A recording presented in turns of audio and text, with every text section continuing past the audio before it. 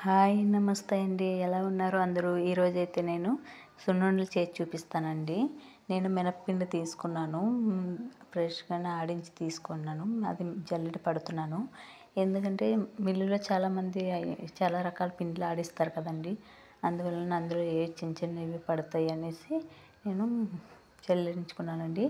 నేను కళాయిలో నెయ్యి వేసుకొని నెయ్యి వేపుతానండి.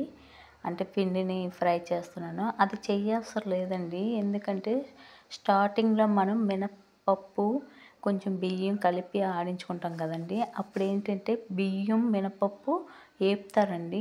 వేడి చేసిన తర్వాతే పిండి ఆడిస్తారు. నేనేంటంటే డైరెక్ట్ పచ్చిది తీసుకున్నానండి. మినపప్పు 2 గ్లాస్ తీసుకున్నాను. అర గ్లాస్ ఏమో రైస్ తీసుకున్నాను. 2 కలిపి నేను మామూలుగా ఆడించేసానండి.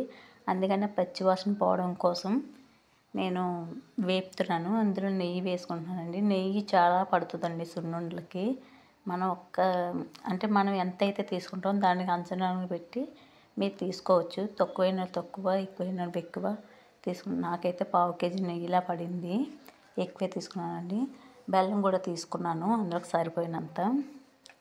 ఇది డైరెక్ట్‌గా అయితే నూరేసి ఉండలు చుట్టేస్తారు నెయ్యి కలుపుకొని.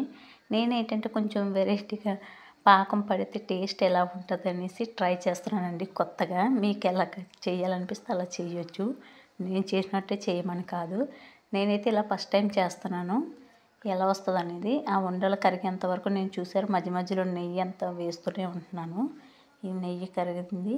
ఇలా బెల్లం మనం ముక్కలు తీసుకుంటాం కదా! అదంతా కరిగిపోవాలి. కరిగిపోయింది కదండీ! ఇందులో పిండేసుకొని కలిపేసుకుందాము. నేను కిందకి దించేసుకున్నాను. ఇందులో నెయ్యి మళ్ళీ వేసుకుంటున్నానండి. నెయ్యి చాలా ఎక్కువ వేసుకోవాలండి. నెయ్యి ఉంటేనే సున్నుండలు అనేది ఆ ఫ్లేవర్ చాలా బాగుంటుంది.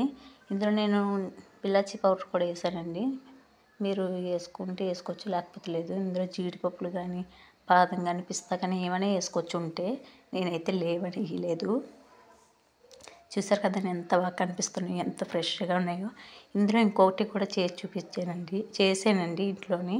అది నెక్స్ట్ వీడియోలో చూపిస్తాను. Please like and subscribe to my channel.